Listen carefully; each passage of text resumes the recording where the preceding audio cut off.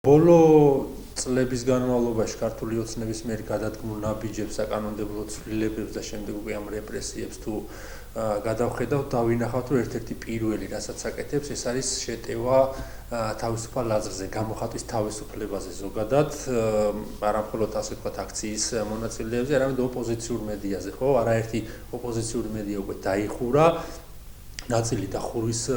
პირას არის და ეს არის ასე ვთქვათ ცხადი ნიშანი იმისა, რომ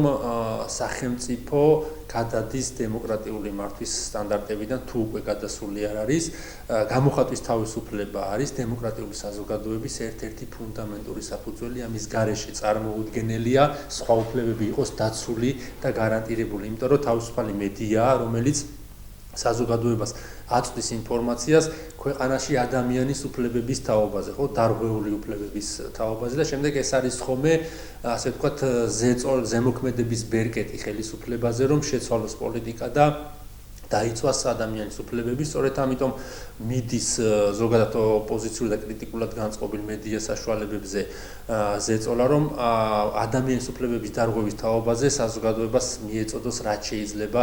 ნაკლები ინფორმაცია, ხო და ამას აკეთებენ სხვადასხვა მექანიზმებით, იქნება ეს შემოღებული რეგულაციები მაუწყებლის შესახებ კანონში თუ უკვე შემდეგ ფინანსური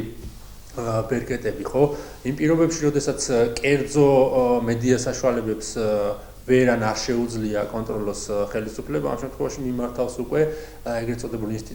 ინსტიტუციურ მექანიზმებს და იყენებს ამ საგადასახადო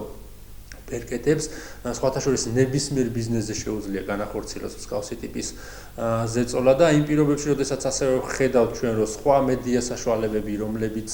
არ არიან ოპოზიციურად და კრიტიკულად განწყობილი ხელისუფლების მიმართ, მათ ეძლევათ შესაძლებლობა, რომ კონდეთ დავალიანება, ძალიან მაღალი დავალიანება ბიუჯეტის